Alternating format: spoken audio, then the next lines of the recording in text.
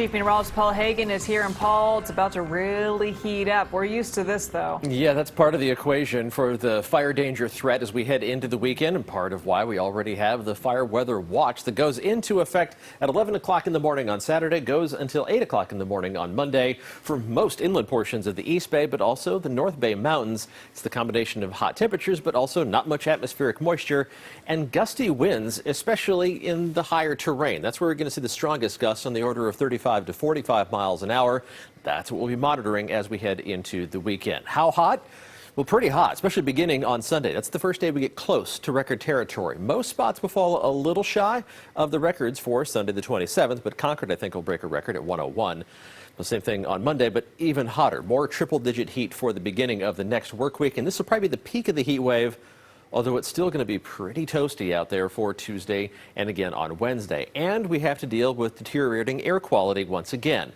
Still good air quality tomorrow. The smoke from the fires to our north and then in the Sierra being blown away from us. But as that heat dome builds overhead, it's going to shift the upper level winds. So some of the smoke already could get blown into the North Bay already on Friday from those fires, the August complex and the North complex. And the winds will gradually shift in the upper levels of the atmosphere as we go through the weekend.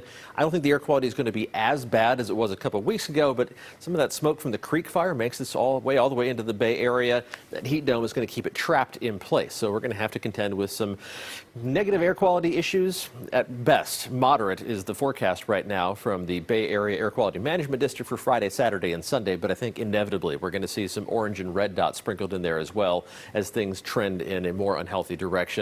We'll have to wait a couple more days to get a handle on exactly how much of that smoke is going to be in the lowest levels of the atmosphere as opposed to farther up where it's still not great to see, but at least we don't have to breathe it. Right now, temperatures are pleasant. It's still a nice weather pattern for right now. All that's down the line. 65 downtown, while temperatures elsewhere in the low to mid 70s.